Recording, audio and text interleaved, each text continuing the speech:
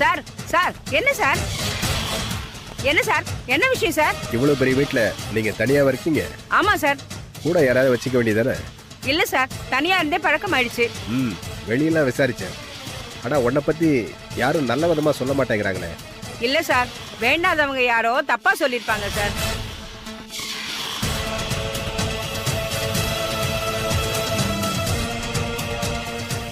உங்ககிட்ட ஏதோ ராங் இருக்கு. கரெக்டா? இல்ல சார், அப்படி இல்ல, எதுவும் இல்ல சார். சார் முதல்ல கீர்த்தி எங்கன்னு விசாரிங்க.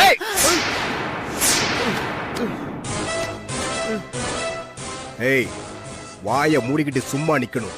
விசாரிச்சுக்கிட்டு இருக்கல, போடா போய் தூர நில்றா, போடா. இங்க பார், இந்த பையன் ஸ்டேஷனுக்கு வந்து கொடுத்த கம்ப்ளைண்டையும் சேர்த்தா உங்க மேல மொத்த புகார் 4. எல்லாமே பொண்ணுங்க பிரச்சனை தான். ஆனா நீ எனக்கு இதுவரைக்கும் காட்டினது ஒன்னே ஒண்ணுதான். உன் லவர் கீர்த்திக்கு எத்தனை வயசு? 18 சார். உன் வயசு? 22 சார். ஏய், சும்மா பொய் சொல்லக்கூடாது. உனக்கு வயசு 30 இருக்காது? 22 தான் சார். ஏய், என்னுடைய 22 வயசுல இப்படி ஒரு 18 வயசு பொண்ணு எனக்கு சிக்கலையடா. அப்போ உனக்கு எங்கேயோ மச்சம் இருக்கு.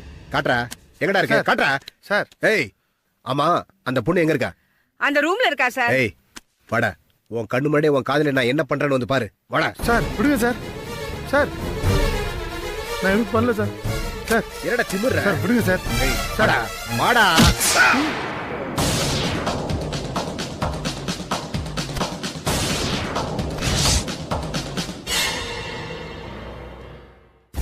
ஏசிபி சார், சொன்ன புரிஞ்சுக்குங்க. என்னோட அரசியல் எதிரிங்க எல்லாருக்கும் பத்திரிகைக்காரங்க மூலமா தெரியறதுக்காக தான் என் பொண்ணுக்கும் மாப்பிளைக்கும் பெங்களூர்ல ஃபர்ஸ்ட் நைட்னு கிரியேட் பண்ணேன். ஆனா உண்மையிலேயே ஃபர்ஸ்ட் நைட் பூவரசரோட முட்டுக்காட்டு கெஸ்ட் ஹவுஸ்ல நடக்கட்டும்னு நாங்க பிளான் பண்ணோம். ஆனா இந்த விஷயம் எப்படி லீக் ஆகி என் பொண்ணையும் அவளுக்கு பாடி கார்டா நான் போட்டிருந்த ஆளையும் யாரோ கிட்னாப் பண்ணிட்டாங்க. அது யாருன்னு விசாரிக்கணும். என் எதிரிகள் யார் யாருன்னு நான் இப்ப உங்ககிட்ட லிஸ்ட் கொடுத்துட்டேன். காதம் காதம் வச்ச மாதிரி விசாரிச்சு என்கிட்ட சொல்லுங்க. நான் திரும்ப உங்களை கூப்பிடுறேன். பொம்பளை ஒருத்தி மதுரக்காரி ஸ்டைல்ல இருந்தா, கூட பாடி பில்டர் மாதிரி ஒருத்தன் சிகப்பா இருந்தான். அப்படி யாரையாவது நீ பாத்திருக்கியா? விசாரி விசாரி. என் வீட்டுல வந்து எனக்கே தண்ணி கட்டிட்டு போயிட்டான். விடக்கூடாது அவங்கள. சீக்கிரம் விசாரிச்சு போன் பண்ணு. சீக்கிரம் விசாரிச்சு போன் பண்ணு. என்ன? நம்ம ஆளுங்களுக்கு போன் பண்ணி சொல்றேன், உடனே போன் வரும். என்னப்பா? அவங்க 2 பேரையும் கிட்னாப் பண்ணவங்க கண்டிப்பா ஏதோ கார்ல தான் தப்பிச்சு போயிருக்கணும்னு நாம யூகிச்சது தப்பு. செக் போஸ்ட்ல இருக்கிற நம்ம போலீஸ்காரங்க கிட்ட விசாரிச்சு பார்க்க, அந்த ஏரியாவுல எந்த காரும் பாஸ் ஆகலையா. சோ அவங்க லோக்கல்ல ஏதோ ஒரு வண்டியை பிடிச்சுதான் பக்கத்து ஊருக்கு தப்பிச்சு போயிருக்காங்க. இந்த வீடு யாரா இருக்கலாம் தெரியும்? நம்ம டீமை தவிர வேற யாருக்கும் தெரியாது. நம்ம டீம்ல இருக்கிற அந்த ஏசிபி எங்க போயிருக்கான்? அந்த செபாஸ்டியனோட அனாதை விடுதியை விசாரிக்க சொல்லி நீங்க தான் அங்கிள் அனுப்பிச்சீங்க. கல்பிரிட் அவனா கூட இருக்கலாம். அவங்கிட்ட இருந்து கூட இந்த வீட்டை பத்தின நியூஸ் போயிருக்கலாம் இல்லையா? என்ன மாமா, ஏசிபி சார் ஜெனூன் கேரக்டர், அவரை போய் சந்தேகப்படுறீங்க? ஏய், இத்தனை வருஷ பழக்கம், என்னையே சந்தேகப்படலையா? அதெல்லாம் யாரு எப்போ எப்படி எப்படி சந்தேகப்படணும், எப்போ சந்தோஷப்படுத்தணும்னு தலைவருக்கு ரொம்ப நல்லாவே தெரியும். மாமா, ஏசிபி சார் லைன்ல வந்திருக்காங்க. கல்பிரிட்டா இருந்தா அவனே போன் பண்ணுவானா? சும்மா வளவலன்னு பேசாத. நீ ஸ்பீக்கர் போன் ஆன் பண்ணு. சார், அந்த செபாஸ்டியன் அனாதை விடுதி நடத்துறேன்னு சொன்னானே, அது ஒன்றும் பெருசு இல்லை சார். ஒரு சாதாரண குடிசைதான். போர்டு கூட கிடையாது. ஒரு 3-4 குழந்தைங்க, ஒரு அம்மா இருக்காங்க, அவ்வளவுதான். வேற யாருமே இங்க கிடையாது சார். அந்த அளவுக்கு அவங்க ஒன்றும் பெரிய ஆள் இல்லை சார். சரி, அவங்க கிட்ட வேணி போட்டோவை காட்டி தெரியுதான்னு விசாரிச்சிங்களா? இன்னும் இல்லை சார். அந்த அம்மா கிட்ட போட்டோவை காட்டுங்க. சரி சார். அம்மா, இந்த பொண்ணு உங்களுக்கு தெரியுதா பாருங்க.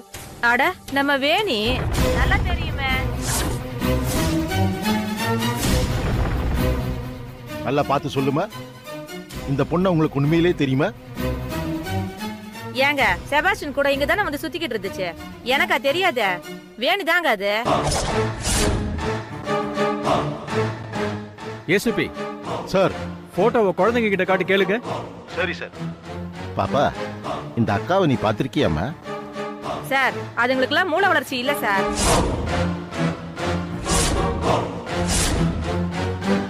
அதுங்களுக்குலாம் தெரியாது சார். நான் தான் சொல்றேன்ல, வேணிதான் சார் அது. இப்போ என்ன சார் பண்ணட்டும்? ஒரு நிமிஷம் இருங்க, திரும்ப நாங்க ஃபோன் பண்றோம். Okay sir. அப்பா, அந்த செபாஸ்டின் பயங்கர கிரிமினலா இருப்பான் போல இருக்கு. ஒருவேளை இதெல்லாம் கூட அவனோட வேலையா இருக்கலாம். அங்கிள் ஏசிபி சாரை ஃபாலோ பண்ணிட்டோம். நாம இவனை தேடுவோம். கிடைச்சா போலீஸ்ல அவனை கிரிமினல் ஆக்கி கேஸ திசை திருப்பி அவன் கதையை முடிச்சிருவான். என்ன அங்கிள் சொல்றீங்க? உங்க இஷ்டம். போனை கொடுங்க அங்கிள்.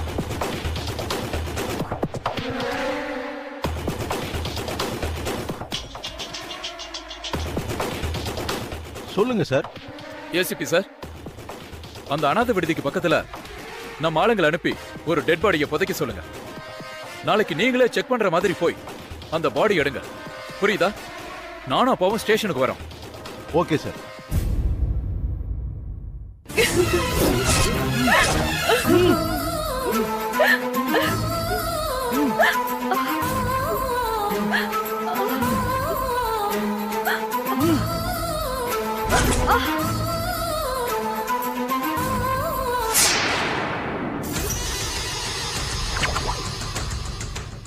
என்னடா தம்பி, உன் லிமிட்ல இந்த வீடு இருந்தா இங்க வந்து மிரட்டி காரியம் சாதிச்சுக்குவியா? உனக்கு பொண்ணு காட்டின விஷயத்த இந்த அம்மா என்கிட்ட சொல்லவே இல்லை. சொல்லியிருந்தா உன் கதைய அன்னிக்கே முடிச்சிருப்ப.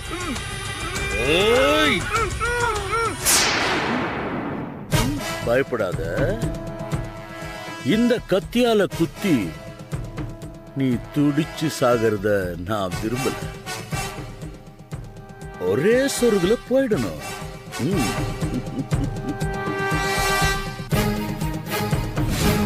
ஏய்,